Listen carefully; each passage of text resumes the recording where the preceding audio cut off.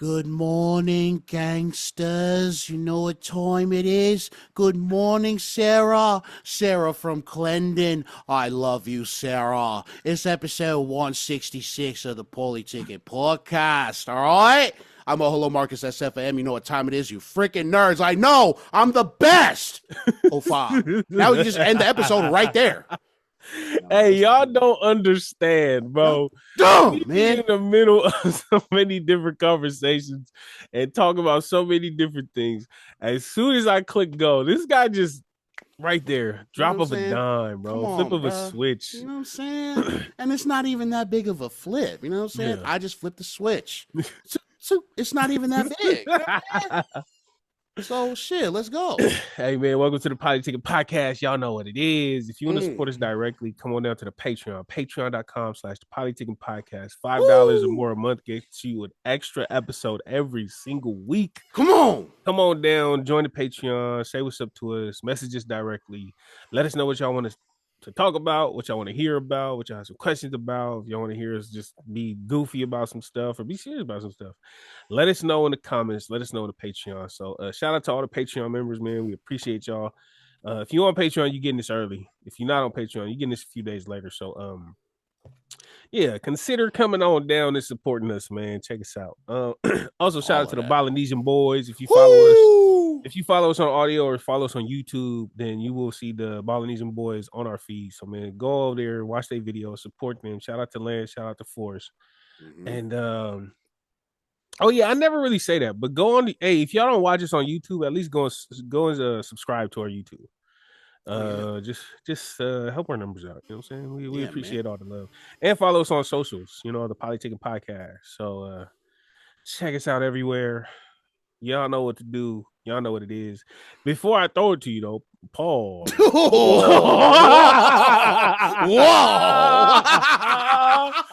Hey, yo. Hey, don't throw nothing to me, bro. I'm good, bro. I'm good. Hey, look now. Yo. Don't tell me you good. No, that's hella funny because I had so at first I was gonna say you doing the Australian thing or New Zealand, whatever that was.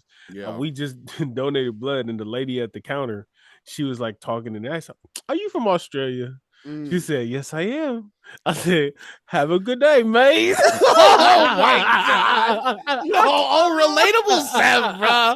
Get this guy out of the building, dude. I'll tell y'all more. Hey, but also what I just said, where I said I was gonna to you. Oh yeah. Did you see that clip of Jeff Teague and his boys, like the podcast? Yeah, I've seen a couple. Well, what they talking about? They was talking about this dude who got an NIL deal for volleyball. Okay. But the dude is like, he's gay. Yeah. But it ain't nothing wrong with that. But like, he's very open. Is he very like sassy, flamboyant? Yeah. Yeah, and he's really good. So you seen him? You seen him, right? Yeah, his highlights is all over the place. He been blowing up. Yeah. Mm-hmm. So they was watching it, and they was kind of laughing, but it was like, hey, he cold with it. He cold with it. And while they're looking, they're just watching the clips. They're laughing, but they're like, oh nah, bro, tough. Yeah. And Jeff T go, I ain't gonna lie, he got some bounce. And then this homie go, I don't think you can say that in this context. He said that's kind of crazy, bro. He said he got bounce. He said he got hops. He can jump real high. So yeah. Anyways, be comfortable in your skin, guys. Hey, it's okay. You know what? With that being said, I'm gonna throw it to you, Marcus. Yeah, my brother, how you been? I'm here to catch it. No, I'm cool, bro. I went to the gym this morning. Gotta bring that up. Gotta throw it in your face. I would throw it in your face. No. I went to the gym this morning and did my thing, and I was on the way out the door, and I seen a dry erase board chilling on their counter, or the reception desk, whatever that's called. And it was a dry erase board with basically a poll. It was a question. It was 100 squats or 100 crunches. And of course, I put my tally down. I took a picture, put it on my story, and you replied to it today. And that answer, PMO, bro, pissed me off. And now I need to, you know what I'm saying? We need to throw this to the audience and see what they think, what they think, because I know what I put, you know what I'm saying? What the hell did you do? Marcus, Cepha. Say yo, Cepha shit. Bakushi. Oh, don't you do it. Yeah, bro. It's crunches 100%. Oh my God. This is how I know. This is how I know, my guy don't exercise, bro. I swear to God. You know what? That's funny because this is how I know you don't do proper squats. That's how I know. Look, this is crazy. I'll give it some depth. I give squats depth, all right? Don't even This is you give crunches all neck. You're all neck with your crunches. I know for damn sure your cheeks is not touching your heels. Come on, bro. Don't, bro. You're not doing a full squat. Bro, the feet are shoulder width apart. No, your legs are still in an obtuse angle when you do squat. Your knees, they not shoulder length apart. No, shoulder length apart, and the back is straight. Okay, and how far you go down?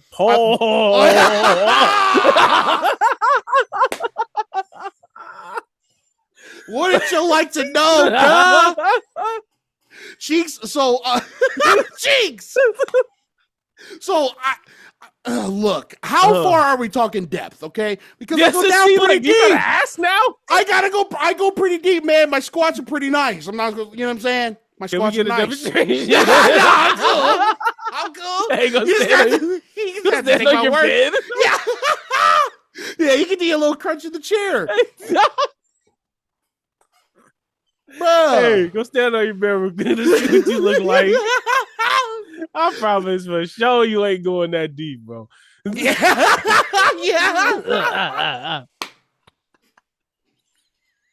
Where did this go? I don't know, bro. Jeff Teague fucked the show up. No, so we was talking a bit of shit, and then you said, okay, the first one to do 100 squats or 100 crunches. All right, the loser has to give $5. Yeah, I said none of us giving $5. Oh yeah.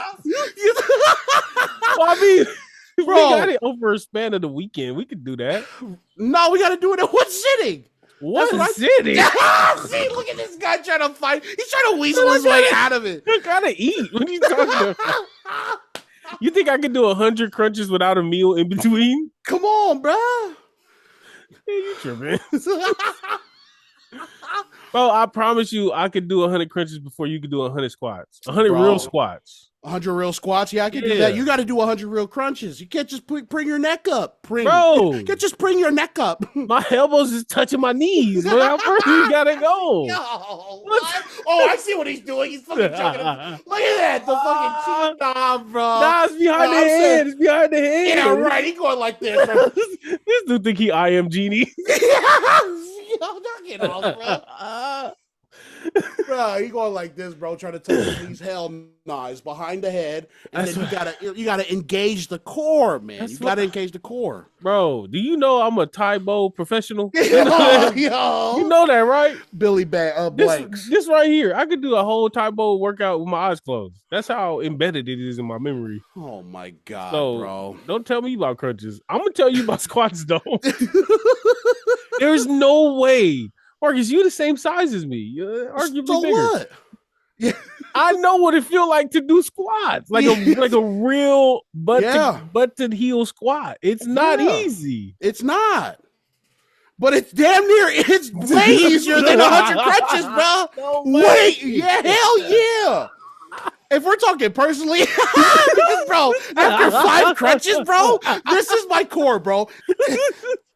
Into my body. Into the body. I will give you that. But that's the thing. If after you 15 water, you eat a little banana in the middle of some sets, you'll be all right. Yo, the potassium in the water doesn't do it, bro. I have to stretch out after, bro. I have to. Nah, the worst kind is where you gotta lay on your side and you gotta do you gotta like hyperextend your back. Oh, bro, what? I've had that happen while I drive, bro. The good old side cramp. Oh yeah, while I'm driving on the 110. He over there looking like he about to do the fusion dance. Oh, for real. Yeah. That's exactly it. So, nah, man, this is definitely up for debate, and I need to hear what everybody would tally up if they sync that in their gym. And if you say crunches, you are big tripping right now. Bro. Just like the guy with glasses right here, you are tripping. Bro, I right now I could feel my freaking what is the top part of not your hamstrings, but the quad. I could feel my quads locking up right now just thinking about doing 10 squats in a row. Like real no way. Yeah, bro. I'm telling you. Hey, since we not gonna come to an agreement, people in the comments, man, let us know what y'all think. Yeah, all of Is it 100 squats or 100 crunches? I'm gonna look at you crazy if you pick the crunches for real. Crunches is easy too. You ain't even gotta go that far. Yo, dude, you got your legs in the air. That's how bro. I know you don't do it proper, bro. That's how I know. That's how I know his form is terrible, bro. You talking about a whole squat, bro? Yeah, and I'm talking about a whole crunch. You gotta engage the core, bud. You can't just go neck up. Nah, bro, this guy tried to cheat. Oh man! Hey, oh man! Hey, join the Hey, join the super Patreon. All right, $20 a month. We gonna see. Marcus gonna do squats. I'm gonna do some crunches on camera for $5. no, the super Patreon. It's gonna be 20. Yeah, okay. 20 but between us, it's gonna be $5. Yeah. Oh shit! Yeah, man. Hey, what do you think Lance thinks? We gotta ask him. You think he's probably at work, huh? Yeah. Should I give him a call? Yeah, do it. But I'll also role play as Lance. Let's see what I think. I'm trying to inhabit his mind real quick, and I think he would go 100 squats too, because Lance is smart. Come on, bro. Come on, Lance. Come on, Lance. Lance, I know you're busy right now, but don't be busy. Yeah. We need an answer. Come on. He's not going to answer. Damn it, Lance. This would have been so fun. I think he's working. He's saving the world. For real. He's going through some shit at his job right now. They need gas, and you know what I'm saying? Yeah, the jet fuel. Yeah. The jet fuel is crazy right now. The world is going through some shit right now. All right. All right. We left it to the people. Yeah. That's really all I got up to, man. What the hell did you do? Hey, so today, you'll see that. You'll see that right there. Your boy went to go donate some blood at work today. Oh my God, he went to go donate some clud. I ain't gonna lie, today was like the best day of work, bro. Yeah. Yeah. I went in late to get some Pokemon. Went in an hour late. Got over there. We did some like housekeeping stuff. Sent some emails. We left at 12:15. Yeah. And we went to the Chinese buffet. Yeah. Yeah, boy. Woo. So we went to the buffet. We had some good food. And we headed down to the mall, walked around for a little bit. And then we went to donate blood, me and my whole team. So it was like four of us. You're supposed to eat before you donate blood, right? You're supposed to do that? Bro, you're supposed to eat, like, they said to make sure you eat something salty, but it was like, stay away from greasy fried food. Well, hey, that sweet sour pork went crazy on my plate. Let me tell you that, bro. Come on. But yeah, so yeah, like did I talk about this before? Like donating blood? I think so, maybe. Now we done talked a whole bunch of shit on here. What happened? Yeah, like I learned so much about donating blood that I'm like, yeah. Hey, y'all should donate blood. Okay. Like why? Why should we do that? So it's very good, just for people who are low on blood or need blood and transfusions, things like that. Like it's a good deed to do, but also it's actually it's good for you. Oh, it helps. I remember. Okay, now I remember. You mentioned this a bit. It like helps flush out some of the toxins in you. Yeah, like bro. All types of shit. So the lady was explaining it to me, and I was like, what's crazy? My whole life, I thought donating blood was shaving years off your life. Right. Okay. Yeah. My cousin had lied to me when I was a little kid, and I just believed it my whole life. It's a whole thing. Yeah. And she was like, well, that's kind of how urban legends start, and you can't really blame a kid for believing his older cousin. So, no, I'm glad you learned about it. But she was talking about it. She was like, if you think about it, the blood that we take from you is not filtered. It's not like we have it running through a filter and the good blood goes here and the bad blood stays with you. Right. We take everything that comes out. That includes cholesterol, that includes sugars, that includes all of these things, like the plaque, like all of these things that are kind of troublesome for your body, that would take your body a while to filter through. We basically take that out. Nice. And then it gives your body, the spleen, it gives it room to release new blood cells that are somewhat fresh into the stream. And it takes you 42 days to replenish your stock of blood. So so we have 5 or 10 liters of blood in our body at all times, either 10 or 5, I forget. Okay. And they basically take 500 milliliters. They take 10% of your blood, bro. I didn't know this. That sounds like a lot. It does. And when they was putting it, she was like, so since this is your first time, we recommend not looking because it's kind of a lot to look at. Mm-hmm. So I'm looking away, but I'm looking away at other people who are getting theirs done, and I'm seeing the blood coming out. And I'm like, what the hell? I'm like, I'm like, yeah. Yeah, so but the lady was explaining, she was like, we don't filter anything. So what we take out is what we take out. And your body replenishes it naturally. It takes you 42 days to regain the 500 milliliters that you lose. Make sure you stay hydrated. Make sure you eat the salty snack here and there to replenish the electrolytes.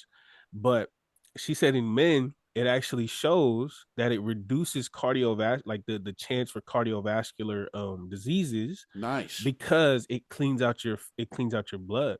So if you're a regular donor, it helps people, on top of it being really good for you and really good for your organs. And so so I was like, she's like, it'll lower your blood sugar, your A1C, like that type of stuff. What? You know, momentarily, not like forever. Right. But momentarily. And it like just all these benefits. Plus, and then people who need transfusions, they get to have supply. And so, yeah, and then she was like, yeah, in a few days, you'll be able to make an account. You can see your blood type. You can figure out what blood type you are. And I was like, what's the best blood type? And she was O negative? Universal donor? negative. O negative is the best because it's universal. It can go to anyone.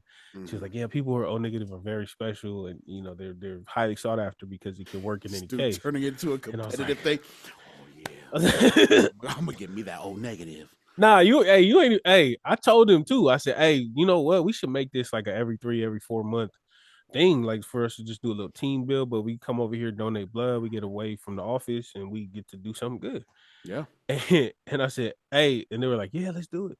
I said, next time, and I was talking to the technicians, like, hey, next time we come, can y'all just have us all hooked up at the same time, and then we all start at the same time and see who fills up the 500 milliliters first? You want to put $5 on it? And she was like, you know what? Well, I have one better.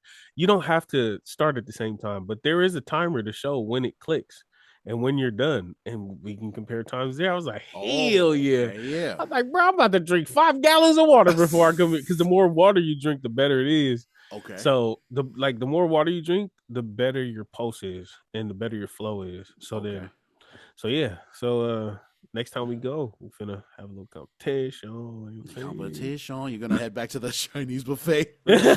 Make that a part of the ritual. Yeah. I don't know, because you're not supposed to eat fried food. So maybe we'll do it after. After, or Korean barbecue. Well, I mean, that's you're grilling. Never mind. Well, I was always trying to promote his culture. I'm just a fan of Korean barbecue. Yeah. Oh, okay. That's cool, man. Yeah. So shout out to the blood donors, man. Oh, and shout out to the Bloods. Shout out to Blood. Shout out to my B-dogs out there. You know what I'm saying? Shout out to the Bloods out there. Sheesh. Yeah. Another thing though. So we get to the table like after we finish everything, and they're like, "Can you just chill out, just sit?" And all right, cool. So we sitting and we talking, and then we're talking about everything, bro. The lady was like, "We have to talk to you since you're a first time donor." And they asked us a bunch of questions. Mm-hmm. While she talking to me, she pulls out a little plastic bag, and it has a bunch of like blood bag things, and vials. God and damn. She's talking to me, but I'm like my face, bro. I'm like, she's just has. So, it's literally it's like 6 bags, and she's asking me questions I'm not even answering because I'm like, hey, I was like, okay, Gangrel, and then she. Like, what are you doing with that? What the hell? About to drink from the chalice? Yeah, you know what I mean? No, and then she's like, "Oh, don't worry, honey. We're not gonna fill up all the bags. We're only gonna fill up one bag. It's only gonna be 500 milliliters, but it'll be this, and this, a little here and there and there. And so just so we can store it differently." And I was like, okay, because I know I'm big, but I ain't that big, girl. Right, yeah. Yeah. She's like, no, don't worry, no. And so she's crawling out of that shit. She started asking me too. She was like, so I have questions for you. She asked me this and that. There was one question that I didn't understand. Like, there was like, have you ever had HIV? You ever had sex with someone with HIV? And then there was one that said, have you ever? And it was like, it all made sense. Like, have you ever, like, have you used drugs that involve needles? Have you ever shared needles? Have you had sex with someone who does drugs with needles? You know, that all made sense. And then it said, have you ever had sex for money? Wait. In my head, I was like, I didn't know he was demonizing sex work. What? I'm like, in my head, I was like, why do you need to know? Yeah. You know what I mean? Like, what? What the hell? My body, my choice, right? Like, I was like, it felt a little like that. That's the only question where I kind of was like, why did? Yeah, that's pretty invasive. Like, everything else was like, okay, that's standard. I get it. But what the fuck? It said, have you ever had sex for money or drugs? Okay. And I was like, well, the drugs. Hey, man. Yeah. The weed is inflated too. Man. Yeah. You know, people got to do what they got to do. Yeah. And so, yeah, that was the only question I literally giggled at it. Like, I was like, and I'm looking around and I'm like, oh, actually, people in here probably have done that. So let me know. Right. You should have put yes. They had yes, no, or unsure. And I was like, you should have put unsure. Yeah. Nah. All right, we got to take you out to the. We got another set of questions. Yeah, hey, throw his blood away. Yeah. Okay. And then at the end of it, yeah, I was talking to my coworkers. We were talking about the bags that came out and this and that. We're all laughing about it. I'm like, yeah, and then that whole stem cell stuff. That stuff is crazy. And they looked at me. They were like, "What are you talking about?" And I was like, the stem cell part that she read us. And I was like, Bree, because me and my coworker Bree, it was our first time. So we both had to go into the meeting. And they were like, she was like, they didn't talk about no stem cells with me. And I was like, so apparently, so I felt even worse. Yeah, I was going to say, what the hell did you learn about stem cells in there? What happened? So she was telling me about stem cells because she was like, you're the first person that I've done in my years of working in this role that checked the box Hawaiian / other Pacific Islander. Oh, wow. Yeah. So she was like, we would love for you to be registered under the stem cell registry so that if someone else who needed stem cells, she was like, the thing about stem cells is they're very specific. They had a few years ago, there was a big case where they had a girl who was half white, half Filipino, and she needed stem cells and she could not find a match in all of our state. Because there was just nobody who was white and Filipino with the same stem cell, whatever, that she could use. So they had to do an all call like throughout all of Canada. And finally she found a match, but it was like somewhere totally on the other side of the country. And so she was saying like your blood type, like your stem cells in BC are very rare. If another person of Polynesian descent ended up needing help in our area, you could be the only key. Okay, you could be the key.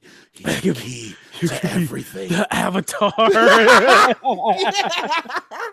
Bro, yeah. And at the time, I'm kind of like, okay, yeah, she's saying what she's saying. But when I found out my coworkers didn't get the same talk, oh, yo, Steph was I was like, yo, I'm the chosen one.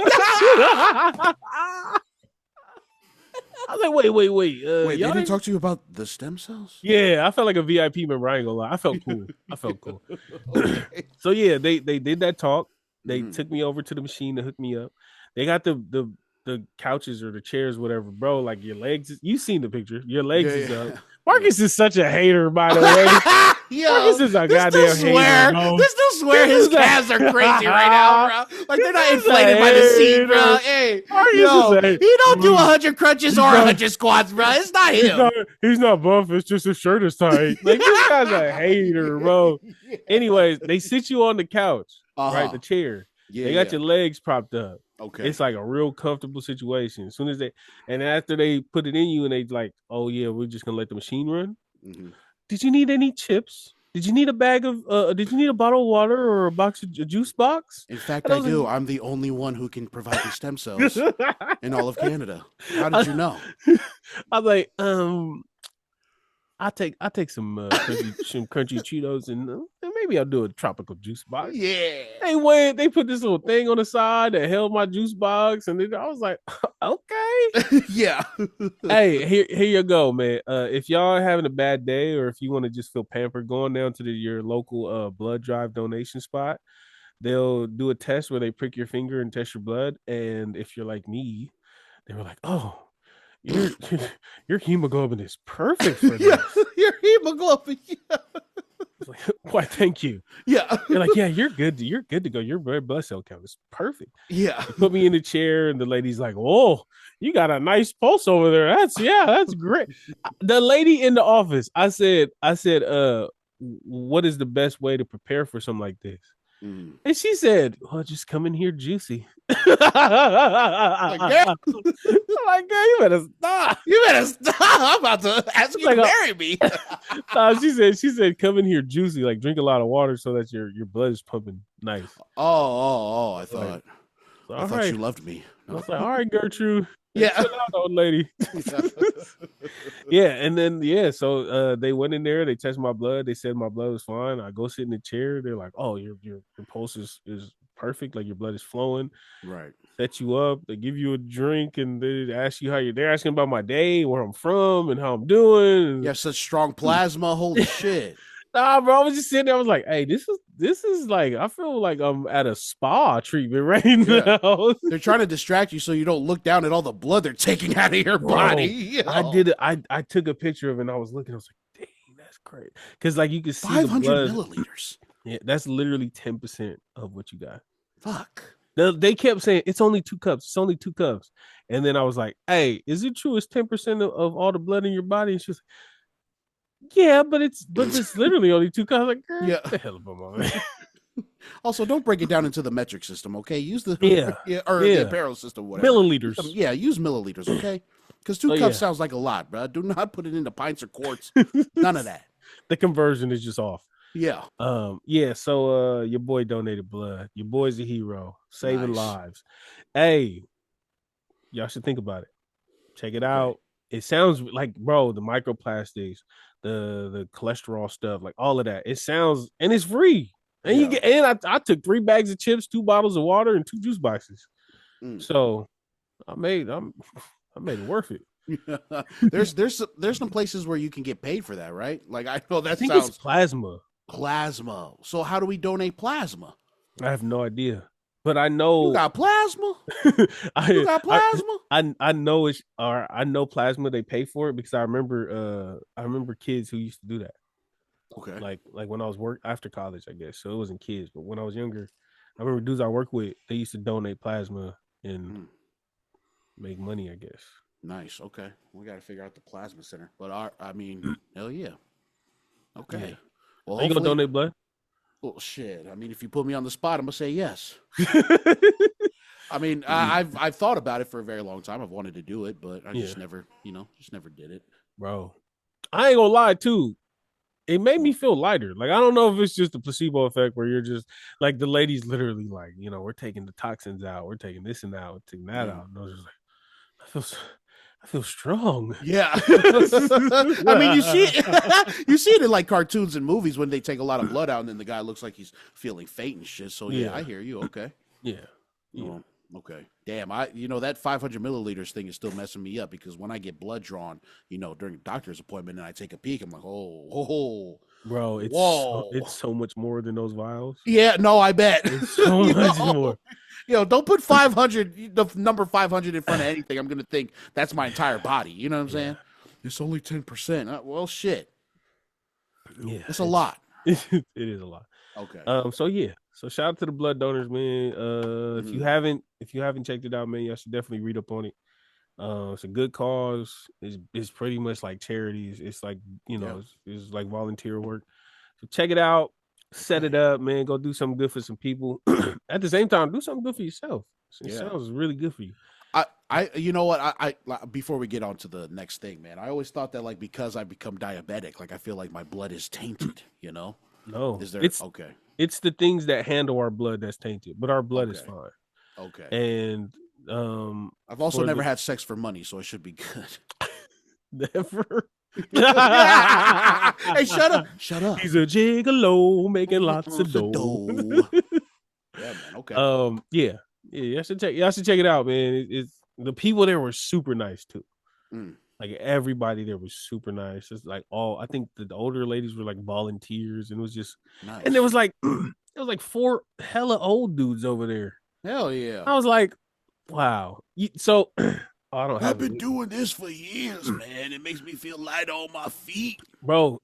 There's a pin that they give you, and it says 1, and they give you a little sticker, and 1 is for the first time you do it. Okay. She was like, you can collect all the way up until 300. Hey, don't put collection in front of that, miss. I'm gonna make it a thing. I'm gonna buy a binder. Me and Marcus, I'll get to 300 before you will. Yeah, you know what I'm saying? Okay. What she was saying, you get one at 1, and you get one at 3, then you get one at 10, and then 25, and then from there it's 25, 50, 75, 100, and then you get all the way to 300. Nice. Excuse me. Hell yeah. Yeah. Yeah. You're gonna collect those like badges? I'm Ash, and I just got my gym badge. Hell yeah. Yeah, so shout out to the blood donors, man. Let's get to it. What do we got on the docket today? We got a good one for the docket that I think the boys over there at the Polytickin Podcast are definitely going to talk about. Well, we should, you know what I'm saying? Just a bit of a, you know what I'm saying? A little bit of it. We'll touch on it. You know what I'm saying? That's what she said. So, NFL draft was yesterday and today. I seen the countdown. I've been watching it at work and stuff. So yesterday and today, historic feat was achieved yesterday as 5 Pacific Islander athletes were selected in the first round. 3 Samoans and I think 2 Tongans, maybe 1 Tongan. And I'm not sure of these statistics on that, but a milestone was achieved. You know what I'm saying? And I've seen these names leading up to it, you know what I'm saying? Again, shout out to the Polynesian boys. They've been their content with the name pronunciations and stuff. And Francis Mawingoa, Spencer Fano, and Caleb Lomu, you know. Yeah, no, it's you know, it's always cool to see that, you know. And I don't even watch sports like that, but god damn, bro, 5 in the first round.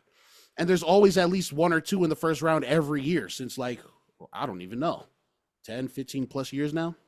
Feels like, but I got the names. Okay. Makai Lemon, Fano Spencer. Wait, this is backwards, right? Yeah. Spencer Fano, Vega, Ioane, Caleb Lomu, and Vega. Vega? Ioane Vega? Or Vega? What? Vega. Oh, you said it the way I said it? Yeah, I was like Vega. Because it got it first and last name, so I don't know if the boys did a video on this name, bro. No, I didn't watch it. No, bro, it has it as the first name. Yo, Adam Schefter. It has it as the first name, bro. Okay. What if his dad was like a Street Fighter fanatic? Right. Yeah. Okay. Yeah. Vega Ioane. You know, if it said Ioane Vega, then that's different. Don't do that, bro. Don't do that, bro. Don't do your squats on your bed, okay? Yeah. Hey, why you bringing up bullshit? Because I'm losing. You want the answer? Because I'm losing. Okay, so, well, I mean, how do you feel about all that, bro? What's up? What's up with that, man? I think it's dope. I think it's monumental. I think, I seen a post that showed, UFC heavyweight champ. Zufa heavyweight champ. Oh yeah. WWE heavyweight champ. Come on, bro. And 5 drafted in the first round. I guess they're not all Samoan, but people were saying they were just pointing out like, well, no, because it's Samoan for the boxing, Samoan for UFC, Samoan for the WWE, and to know that Samoan people make up less than 1% of world population. and it's not even one. It's not even. It's like 0.00 or something like that. Right. To know that is our totality in the world, yet we hold these high rankings in terms of popularity, fame, whatever you want to call it, sports, athleticism, all these things. It's hard not to think you part of the same race when you got things like this popping up. I swear, bro. Like I mean, you know what I'm saying? Shout out to Invincible. I feel like I'm part of the Viltrumites a little bit. Like we them guys. Yeah. And so yeah, nah, like I used to see too. I used to see like like the haters on TikTok that used to be like, y'all be talking about y'all scared to fight, and I don't like that. Like people like, oh, I ain't finna fight a Samoan, blah blah. You know how people say that. It's like a trope. Of course. I don't like it, but at the same time, you have the people like y'all be trying to say y'all scared to fight Samoans or y'all scared to fight Polynesians, but they don't run nothing when it comes to boxing and when it comes to this was a while ago. This was a couple years ago. But I seen the comments and they're like, bro, we make up less than 1% of the world's population. Like, of course, we're not gonna have that same representation just because we don't have the same sheer numbers as y'all, as anybody. But to see how that's transformed over the couple of years and to see how we've dominated, and I think it's really cool. What say you, buddy? Yeah. What say you now? Huh? I have a bit of a problematic topic, but I feel I'm gonna defend our people. Oh Jesus! That we kind of just stumbled upon. Okay. I seen a video that was like, "Why do the Usos talk like that?" I've seen a lot of comments like that. Sure. Yeah. And saying like they're from San Francisco. Like, it's 6 figures. You need to have 6 figures to even live in that city. Like they come from a nice area. They come from nice. Why are they talking like that outside of just having a black scent? And these are coming from people outside of Frisco for sure, because ain't nothing nice about that place. You know what I'm saying? Yeah, sure. Frisco is come on, the Bay Area is grimy as shit. The whole thing. The whole thing. It's like people used to think it was just Oakland. And you could get away with going over that little tunnel or whatever to Alameda and you'd be all right. Right. Motherfuckers think because Silicon Valley's up there, all of a sudden shit is sweet. Like, bro, knock it off, dude. But yeah. You're going to get your shit bipped. You're going to get bipped. So I seen that video. Yeah. And I seen the comments and I seen the people for it, some people against it. And I will say we have to be honest with the idea that definitely there's a big Black American influence on these personas for sure. There's no way around it. You can't deny that because it's just the culture that we came up in. Well, it's the biggest culture here in America. Black American culture is American culture. Yeah. People want to deny it and act like it's not. And you know what? It pisses me off too because we don't never. I guess they do, but for the most part, when you see people from New York talking that way, it's never like, why do you got the New York accent? Right. That's just how it is. Or people from down south that aren't Black or white, because I guess down south is like the amalgamation of all those cultures and French culture and all that. But like, you never, for the most part, I know some Asian girls that got ripped up on TikTok for faking that accent. You know what I'm saying? But for the most part, there are Asians in Mississippi who have a legit country accent and can trace generations in being in the South in Missouri. Yeah, and you can't take that away from them. Yeah, and so I think it's weird how we have the people in the South, we have the people in Philly, we have the people in Baltimore, we have the people in New York, we have the people in Boston that get away with this type of talk, and it's never like nobody questions their validity or their authenticity when it comes to that. And then but if it's like and I feel like it just has to do with like the popularity of things and like this is in the spotlight right now, so everything is being ridiculed to the highest degree. Also, it's the West Coast. Things are popular in the West Coast. What people see is usually comes from LA and stuff, and Hollywood, whatever. Sure. And I just hate how like they don't question people with a Cajun accent. They don't question people with a Bostonian accent. They don't question people from New York. Yo, suck my, Yeah. Nobody's like questioning that type of stuff. Mm-hmm. But then when it comes to this, all of a sudden, to be honest, yes, there's a big Black American influence for sure. You can't deny that. Mm-hmm. But that's just the talk. Yeah. When we talking about other things like the use of the N-word or the use of like certain things that are like more so protected in Black American culture, for sure we can have that talk. I'm totally with that. Excuse me. But sometimes this is just how we talk. This is just what we like. Right. This is just, I'm saying, like, this is just what we gravitate towards, just from a lifelong brushing shoulders with people. And so, like, I didn't like it. I didn't like the fact that they was undermining the city, like Frisco. They was undermining like what it's like to come up in that place, because it just showed that was ignorant to me, because it go down anywhere. Yeah, it go down anywhere but Frisco. Like, yeah.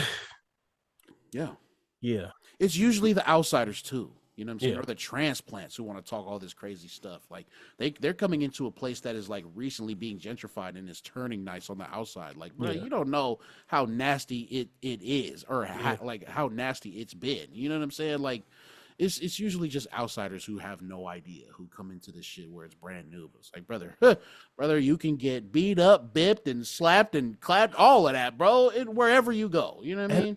I'm not gonna lie. I know I just said it goes down everywhere, but at the same time, this kind of talk, this like dismissive, like, oh, this from Frisco and six-figure salary. That kind of talk be coming from people that be from places that's sweet. Like, it's literally like people like you. You from fucking Portland, Maine. You should like you're from. Remember that dude? Like, oh yeah, Hawaii ain't ghetto. It ain't nothing like Vermont. Yeah, he's from fucking Vermont, dude. Shut up, bro. So like like it be people that's not from nowhere talking all crazy, and so I don't agree with that at all. But like there is some nuance to the topic, and we definitely should, like, you got to pay homage to know where we get this from, because that's true. At the same time, though, like, it's certain things that you just can't. You just can't, And one of the arguments, right? Because I remember the Asian girl who was talking hella crazy, but then like she had a live. She was talking like very like down south, but then she had a live where she was talking to her family, and it kind of cut off. Like that little accent cut off. She like spoke a different kind of way. People called her out for that. And I get that, because you at home, you don't talk the way that you talk to your parents at home that you do with your homies. In the same sense, I was thinking to myself, me personally, I can't speak for nobody else. This is exactly how I talk to my family. Yeah. Like my grandparents, you know what I'm saying? My mom and dad, like, this is just how it has always been, inside the house, outside the house. You know what I'm saying? At school, outside of school.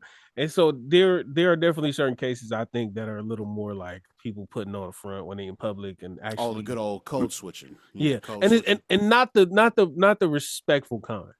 Right. Because we all know we part of that, where I like that. I like that you differentiated that, because people feel like code switching, you're automatically a terrible person. But when you're in a professional setting, or you're trying to get somewhere or do whatever you need to do, you know what I'm saying? You're not gonna be like, "Hey, what's up?" Yeah, you know what I mean. Like, it's okay. I'm glad you did that. Okay, I'm not gonna lie, because of my my workplace. Yeah, like, when people piss me off, bro. Right. I didn't even talk about this. Hey. Wait, but the respectful part, right? That was for work, but also it was also for home too, because you're not finna be talking like this in front of your parents or in front of your grandparents or in front of your uncles. Right. Totally, that's different. But real quick, bro, I'm gonna make this as short as possible. Okay. A couple weeks ago, we went to the mall. I got KFC. With my order, I didn't get a drink, but I said, "Hey, bro, can I get a cup of water?" He said, "Yeah, sure." He gave me a cup of water. I went down, went to the table, ate my food. At the end of that, I said, "Shoot, I forgot to take my pills. I was all out of water." I said, "Let me go get a refill." I go and get a refill of water. I tell bro, "Hey, can I get another cup of water?" Yeah. He looked a little upset, but he didn't say nothing. I try to hand him my cup. He says, "No." I put the cup back. He fills up a new cup. As he fills up the new cup, I'm waiting there and I'm waiting to get the thing. He says, "Can you put your cup over there?" And he points downwards, like towards my right. So I'm thinking I'm putting it on the counter. I go to put the cup on the counter, but his hand moved, his hand with the fresh cup of water moved with mine. So we was like in the same motion. As I get down to put, as soon as I place the cup on the counter, Yeah. as soon as I do that, the cup lid is here. He's up here with his cup full of water. No way. Do you know he waterfalled? No way, bro. Bro, he got my arm. He got my shorts. He got the counter. He got half of the water was on the floor. And I would have been so pissed off, bro. Yo, I'm getting pissed off right now. What? Bro, I looked at him and I gave him the craziest. Are you serious, cuz? I said, I literally was like, I was like, man, is you serious? Cuz he looked, and then he didn't look at me. He just grabbed the towel and he just started wiping. He like was reaching over. Wow, didn't even say no sorry, no nothing. He took the cup that he had and threw it in the trash. Oh man. I said, you know what, bro? I said, I literally stood there and was just looking at him. I said, are you serious, cuz? And then he just cleaning the thing. He didn't look up at all, and I stood there for you good, like scared 15. The fuck out of him. I don't think it was that. I think he was like embarrassed that it happened like that. Sure, he wasn't a small guy. He was like oh my 6'2". God, bro. He was no. I'm just saying. I don't think he was a giant, bro. The clumsy giant. Look, I'm just saying. I don't think I'm that intimidating. I don't think he was scared. I think he was very embarrassed with the way it happened. But I was fuming, and I was standing there, and I said, "What's?" I said what I said, and he just started cleaning up the counter. I stood there for an extra like 15 seconds, just like, yeah.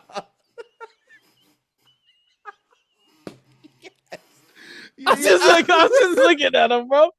And he never looked back. He just turned around and started doing the orders for the next. You didn't even get another water? Like, no, none of that? I had half a cup. Oh, shame. You made half a cup. Shame. Bro, look, bro, I'm hairy as hell, bro. My hair was all wet, like the hair, all dripping. It was droplets looking like the Ants movie. Remember the Bugs Life? Remember Bugs Life where he had the freaking... Hey, you know how many telescopes I could have made with that damn binoculars? All the freaking water droplets on my arm, bro. It was terrible. Shit. Yeah. So yeah, that happened. That pissed me off. I'm sorry that happened to you, bro. I'm sorry. Bro did a waterfall, bro. Yeah, what the fuck was he thinking? That's what I'm trying to figure out. Bro, it was water all on the kiosk, like to order the... What? Oh, man. That one pissed me off, bro. Yeah. Okay. Yeah. I don't know where that came from, but that one pissed me off. I totally forgot about that, but yeah, that pissed me off, bro. Hella bad. Bro deleted that from his memories like, yo, I don't even want to deal with that, bro. Fuck that. Hey, do you remember a lot about your childhood? Yeah. Yes and no. Okay. Yes and no. There be bits and pieces. What? I seen a post that kind of scared me. I don't really remember much about my childhood. Like I like young, like 3 to 7 or whatever. Well, I mean that's almost damn near impossible, but yeah. I seen a post that said if you don't remember your early childhood, it's because your brain has like developed security measures so that you suppress the traumas so that you don't remember. Yeah, and I was like, I've read that before. Yeah, that kind of scared me. Yeah. So was that the first time you've heard of that effect? I guess. Because you're the nostalgia guy. You're the childhood guy. I had the best childhood, man. Your childhood sucked, man. So now it's like, you know what I'm saying? Like when I first read that scared the shit out of me too, because it's like, you don't want to forget parts of your childhood, obviously, right? But it's like, that's what happens when we go through something so terrible, but it just seems so normal, at least for me, like as far as like death in the family and stuff. Like I didn't know, because like how my memory works is that I remember specific things, right? I think that goes for all of us, but like It's specific things. I don't remember, little details here and there, but there's definitely specific things that stick out in that range between, I guess, 3 to 7. You know what I'm saying? Six is the range that I remember the most for sure. But yeah, man, bro. What's you doing at 6? Yeah, I just fucking around. That's when I learned how to. That's when I learned how to ride a bike and stuff, and that's when my family, like my cousins, would come down from Samoa. I think 6 was I in California already? Yeah, I was in Fairfield already. 1984. So, yeah, 1984. I was in Fairfield, California. Shut the fuck up, bro. But yeah. So what? It's don't be scared, Oos. Don't be scared. That's how it goes. Okay? I mean, I don't remember, so right. Yeah. I mean, no skin off my back, bro. I don't remember. Hey, but what if one day, right? What if you like doing something? Total Recall. You fall and you bump your head, and it unleashes everything that you forgot. Okay. Like, bro. Yo, we'd be looking like Raven for sure. I'd be scared as hell, though, bro. But like, hey, mom, remember you was smoking while I was in the car with the windows up back in 1994? Yeah. And then, yeah, bro. Yeah. No, I was just, I seen that meme and it kind of. God damn, are you okay, bro? Is everything okay? I wish I could remember. Yeah. Hey, before we go, do you journal? You ever journal? Do you ever thought about journaling? This guy. Hey. You can just say yeah. You don't gotta. Have I thought about journaling? Have I thought about it? What do you? Can you read us a random entry? Sure, actually, yeah. Okay, I got you. Cut my toenails. They didn't smell that crazy this week. Try again next week. Oh God. Oh, you know what? I actually don't want to read this. This is kind of crazy. Okay, you don't have to read it, but how often do you journal? I don't journal as often as the white people tell us to do so, who do journaling content. They say to do it, every day or whatever, but I don't think that's always the case for everybody. I do it every couple days, sometimes every couple weeks. I'll go a whole 2 or 3 months without writing in it. What's in that book? What's the first entry? Like, what's the date of the first entry? Let's see, because I have another one. I have a fully finished one in here. Hey, yo, shut the hell up, Mark. Just answer the question, bro. Look, bro, I've been talking about actually, it's the second one. Yo, I've been talking about journaling for years on this show. Now, all of a sudden, I'm just saying, like, because you were talking about how we don't remember stuff. Yeah, and I just started journaling the other week. So nice. I had a very neat encounter with one of the youth, and it was very touching. And so I wrote about it just so I didn't forget it, because I know I'm bound to forget because I have a terrible memory. Yeah. And so I want to start journaling and remember these things. When I'm 60 years old, I want to read this and be like, oh, that's right, that happened. Yes. Yeah. God, so wait, do you have your other journal? I do, yeah. What's the first date on that first journal? Since you obviously are a journal and the jack of journaling. God, someone sounds fucking hurt about it. Really? I've been talking about journaling for years. Look at this, bro. I even decorated it, like, you know what I'm saying? Come on, bro. You got 2 stickers and a barcode. Shut the hell up, all right? That's the extent. This guy's terrible. It's December. He's like last week Tuesday. Listen, it's December 15th, 2021. That is the first. Oh shoot! Yeah, bro. And you know what? The first thing is about the Polytickin Network. Okay, you highlighted your own journal? Yeah, bro. Come on, man. Wait, can you read about it or no? Yeah. Is it personal or no? So Polytickin Network, different shows about what? Create TikTok, different podcasts, music, wrestling, pop culture / entertainment, investments, crypto, stocks. Learn. Oh God, kill me. Goals. Parentheses life, save better, lose weight, communicate, seek help, write more, read more, learn more, take trips, examine relationships, be more open. Holy fuck, I need to seek help. Oh, Jesus. Hey. What? He trying to... What? What? Huh? He's trying to flex on us that he been journaling this whole time. Whole time, this food journal sound like a comic book. I'm saying, you know what I'm saying? Whack, thumb, ping, pong. It's organized really well. It is really. It kind of feel like a those like low budget car dealership commercials. Okay. Nissan on our road, dropping prices. Yeah. Slashing competitors in half. Yeah, bro. That's just the way I read it. But how it looks in there, it's really organized. It does. I will say that the highlighting really it tips it over for me, bro. Okay, relax, dude. No, okay? I shout out to Marcus for creating the idea of journaling. Everybody else. Yeah.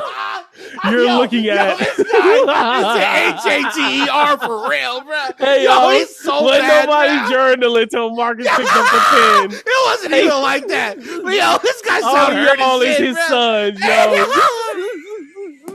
You're such a hate piece of shit. Ain't nobody think about journaling.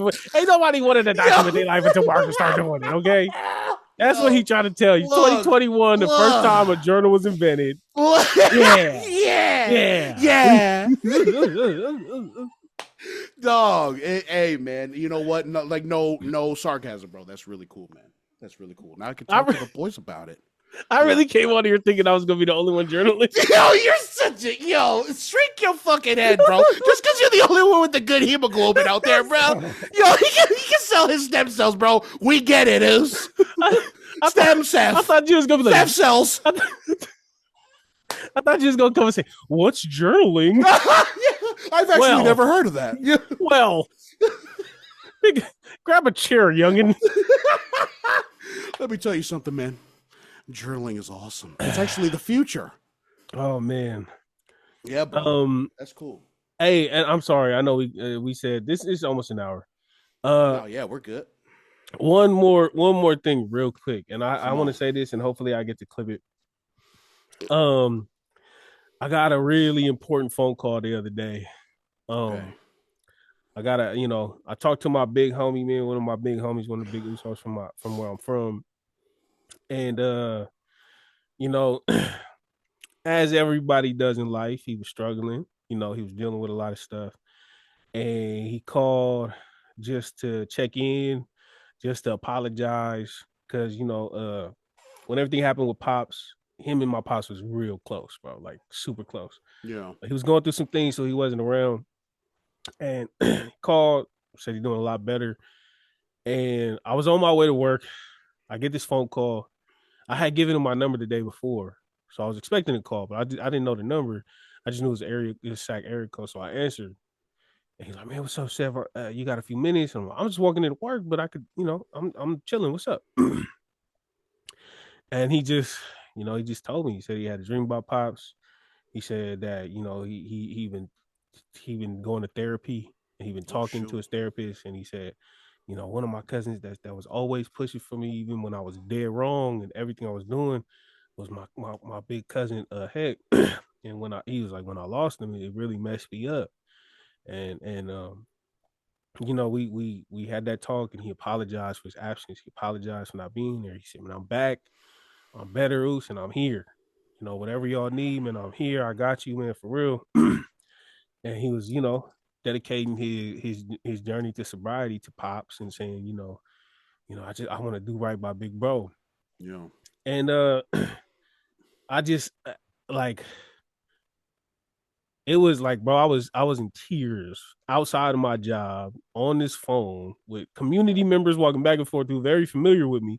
"Hey, Seth, how you doing?" I got tears. Hey. I'm trying to hide and I'm trying to be in the corner, but like I'm telling him, I'm talking to bro, and I'm like, Pops, I was like, my Pops is really worried about you. And he would always talk about you. And he'd always check in, and he'd always tell me how you doing, or he always tell me how you messing up, whatever. But he was always talking about bro. And I was like, if this is what it takes for you to, to get right and to stay right, then by all means, those, Pops is looking down. He proud of you. Keep it going. And I told him, I said, you mentioning therapy is like damn near taking the breath out of my lungs because my album, Therapy Sessions, it's a couple songs on there that really touch on just relearning a lot of stuff that I grew up and not realizing it's trauma, circumstantial. It's not really how I feel. It's just it's just what life has made me feel, pretty much. Yeah. And writing Therapy Sessions, a lot of that was inspired by this particular like this big homie of mine. Oh, really? Because like in Sacramento, my family's hella big. But that specific branch of the family, when we talk about loss in the hood, when we talk about 96, 2011, he's had to bury little brothers. We grew up 96. He was young, and his big bro Pat, from the streets, little brother from the streets. And I told him, I said, man, hearing the fact that you going to therapy is like, I'm a full believer in therapy. I'm an advocate for it. I've done it myself. I know what can come from it, especially with people from where we come from. Because the idea of talking things out it's a foreign concept across the board for majority of the time. Maybe not for me, maybe not for you, but for the majority of our people, very touchy subject. Who knows me better than me? Yeah, is the response I hear. Okay, go on. Sorry. No, that's true. It's a very like shut off and dismissive type of response. And me personally, I feel like people who think like that, they're just defensive because they know this person could figure me out if I give them the chance to. Ooh. And there's nothing that people that come from our area hate more than being vulnerable. And if you get figured out, vulnerable. Man. True. No, I'm right there with you. This is oh man, this is crazy that you're talking about this. Sorry, go on. I don't want to. No, feel interjective. No, I'm saying like I was just talking to my brother today, man. Shout out to my brother Joe, man. Yeah. And he echoes the same sentiments about therapy. Where, why would I want to talk to somebody who knows me better than me? And I had never thought of it that way. Where the ones who think that way, who they get defensive because of that, and that is a crazy point to make. So I hope Joe is listening to this, and you know what I'm saying. And on top of that too, to Joe and to anybody else who has questions about it or who feels a certain way about it, let's take it from the Bible. I think it's from the Bible or King Solomon, whatever. Nothing.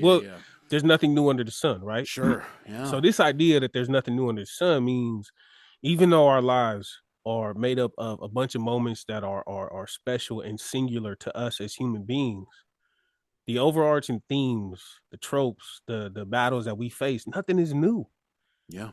Everything that we've gone through has been felt by another human being before us. Right. Has been diagnosed and written.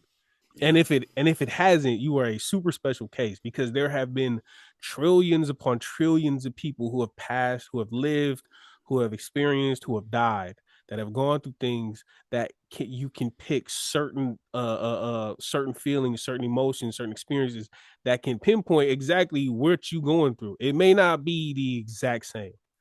Yeah. Maybe their cousin didn't get shot on this specific street, and maybe, and that's the thing, like we're so prideful that when we young and we don't know no better, we always feel like everything is just happening to us. Right. And that's a lonely road to travel, to assume that everything that's happening to you is just to you. Once you open up your mind, once you start opening up your heart, and I know that sounds corny, but like once you start reaching out, even if this person lost parents and this person lost kids, there's a connection to loss that you can make. There's a connection, there's a bridge, there's something that you can connect the people over. And once you do that, you realize you ain't alone. Once you realize you ain't alone, you can talk to a therapist who maybe don't know you as well as you know yourself, but are very familiar with the things that you have experienced. They might not know what losing a cousin to a drive-by feels like, but they can diagnose that grief. They can diagnose the symptoms of grief or the tendencies that you've driven to handle that grief. Yep. And then they can pick it. So it's I see where your cousin Joe is coming from. I totally understand. Like Yeah. that's kind of like our default. Mhm. And it may not be the I don't want to be figured out because I don't want to be vulnerable. Maybe it's just the idea that like Joe doesn't understand that even if the scenario doesn't line up exactly, people can still understand your pain, your Mhm. loss, your grief, and they can still help you through that, even without knowing the Particular every situations. yeah, you know? Mhm. Yeah, that's hey, bro. Shout out to you for like even having these types of conversations with your homies because I think that's where it starts. Yeah. That's exactly where it starts, bro. Yeah, bro. Yeah, with your uncle, man, I really like that. There's like a full circle moment where like the things that inspired you to write about what you write about kind of circled back into, you know what I'm saying, your uncle hit you up talking about this stuff, man. That is crazy to me. Bro, That is a crazy thing. I didn't even experience that myself, and I'm like, yo, that is nuts. That's a nutty thing to get through. literally, bro, that true story and the normalized behaviors. I wrote that with him in mind, Mm-hmm. with him you know some other people from my section, myself Sure. included, but like mostly like like I really do feel like an outlier in my hood. Mm-hmm. Like I really do feel like I feel blessed to come from where I come from and being from the family I'm from, but at the same time, I was put in a very special situation where I was in the midst of all the things, but my pops had enough weight so that I didn't have to get involved with any of this. Mm-hmm. And so I had all these experiences. My uncle Big Co, he tell me all the time, like he was like, Dot, you don't even remember, but you was in the car seat and we was getting shot at in the car that you was in. Mm-hmm. And so that's what I mean. Like I grew up all around this, but I never felt pressure because of just who my pops was and the family. Like I came at that age where I was like the younger one, so I was always protected. And so I got to see everything, but I didn't get to feel everything. Right. Right. And so I really do feel like this is what I'm supposed to do in terms of like speaking. And I had me, man, shout out to the Uso, my Uso Roach. He hit me up too because his sons be balling and they listen to the music. And he was like, man, Seth, I appreciate the messages that you put in your music. So I could play this for my kids and I feel bad. Mm-hmm. You know what I'm saying? Like and and like so I wrote these songs, I wrote therapy sessions with my people in mind because I'm like, I feel enlightened and I feel like it would be stingy and it would be shady of me not to share this message. Mm-hmm. And I told him, I said, bro, hearing the fact that you in therapy is making me cry right now Mm-hmm. because I wish that we all had this opportunity Yeah. because I know what it could do. It may not work for everybody. Therapy's not for everybody. Yeah. But if you go in with an open mind, you're going to get some answers. Yeah. And talking to him about this, bro, like it warmed my heart to know, to hear, and to know. And I was like, bro, you one of them ones. Like Mm-hmm. literally, I'll tell you off cam who this dude is. But one of them ones where I come from. I was like, bro, you the example.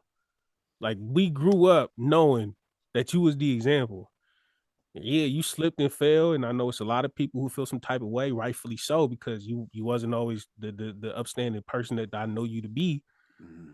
But to hear the redemption coming, and to hear how good he sounded, and to hear him sound like back in the day, it was a phone call that I needed. It was a phone call that really provided some closure because my pops was always worried about him, like super worried about him. And so like I through that closure, I felt closure through my pops. And it was just a it was just a good conversation. I'm so glad I had it. And I'm texting him now every other day, just checking in, seeing what's up, making sure he feels supported. I'm like, bro, reach out to your peoples, man. You got a lot of love out there, man. Your family loves you, bro. Like the family is with you. Yeah. And I and the more I do work where I'm at, the more I'm like, I don't blame nobody no more. Right. Like there so Wait. just real Oh, sorry. Blame him for what? anything. Oh, for anything. Okay. Like, bro, we got like there's you know kids who's like robbing and stealing, and Mm-hmm. you're like, come on, man, you stupid, bro. You being stupid. Why you doing this for? Right. And then you meet the parents who are just not good people, and I'm like, of course you go, bro. I was talking to some homeless people, and I was like, "Hey man, what's up? You know, how y'all doing? Some cigarettes? You know, just chilling." And I ran into them, and and the girl that I was talking to, she was like, "Oh, you work at the VNFC? I love that place. When I first gave birth, I was over there all the time." I was like, "Oh yeah." She's like, "Yeah. Oh, I think I had just turned 14. I just gave birth." And I was like, "Oh shoot." She was like, "Yeah, I was sexually abused, you know, when I was young, and I had the baby at 13." And now she's on it, and I'm like, I can't blame nobody. Yeah. So when it just, bro, like, yeah, it's just like a lot of stuff coming up, and in moments like this is where I know God is real. Because I really do feel like I was placed on this earth to do this, and I feel like I found my purpose. I feel like I'm supposed to be this conduit between, you know, the hood and the place that I come from, and this enlightening way of living that we just never knew. Yeah. We never knew about therapy. We never knew about expressing our feelings. We never knew about, you know, emotional intelligence. We never knew about, you know, the circumstances and nurture versus nature and things like this. And so, like, this moments like this, that phone call, meeting those people's unhoused, running into people, you know, just having these conversations, you bringing up the therapy talk. This is how these moments is the ones where I'm like, God is real. Yeah. And that's really where I feel it the most. Yeah. And so, yeah, I wanted to bring that up. That was heavy on my heart. And shout out to Big Bro, man. Keep it going. I'm gonna clip this up and send it to him because I think this is a very important conversation to have. And as long as we still alive, it's time to do right. You know what I'm saying? Yeah, people, they don't have to accept your apologies. That's one thing. You could do everything you want to redeem yourself, and the people that you've wronged, they don't have to accept your apologies. But you don't need that. You just need to do right, and that's it. And so, yeah, man. Shout out to your cousin Joe for even expressing, you know, the thought of therapy. Like, that's such an important conversation. Shout out to bro. Shout out to you, man, for having that conversation. Yeah. Just to, you know, keep it brief. I know he said 6 and stuff. I'll just keep it brief, man. I see the progress in a lot of my brothers. You know what I'm saying? And even though I don't personally talk about these things with them, I do talk about with my brother that I mentioned. You know what I'm saying? And I see the progress in him, and in terms of how he thinks. So I'm just like, bro, I know good and goddamn well that we are doing a very good thing here. You know what I'm saying? And not just with the show, but with the conversations that we're having, and even with the show itself, like, just to limit it to the show. Like, I feel like the show has given, at least me for sure, the purpose that you are talking about. You know what I'm saying? And I feel like, you know, I talk about unworthiness here for myself, but like, I'm slowly finally getting back to like, yo, this is exactly what we're supposed to do. And to have these conversations outside of the show is something I would love to work towards. So, and make it a thing. So, yeah, you're on the right fucking track, bud. Yeah. And I think you hit it right on the head. You exactly where you're supposed to be at. Yeah. You know what I'm saying? So, damn. Wow. Sorry to muck it up there, bud. Take that there. Yeah. No, I loved it, and I'm sure the people who are listening loved it too, man. We definitely need these kind of talks. We need to check in like this, bro, for real, and figure out what's weighing heavy on our hearts every now and then, man. Because shit, sometimes we just fucking push that shit to the side, buddy. Shit is too fast out here, man. Sometimes you got to slow down. So slow down. I just want to get to know you. And me, myself, I need to know myself. All right, man. I think that's all we got, man. I appreciate you letting me go on, because that, yeah. Yeah, of course, bro. What the hell? Shit, I'm off today. I don't give a damn. Marcus is like, you talk all the time anyway. Yeah. What's gonna stop you now? Yeah, bro, we in here, man. You know what time it is, you freaking nerds. All right, it's episode 167 of the Polytickin Podcast. The boys are in the building, and now we're out of the building. Hey, he's a first-time donor. Did you know that?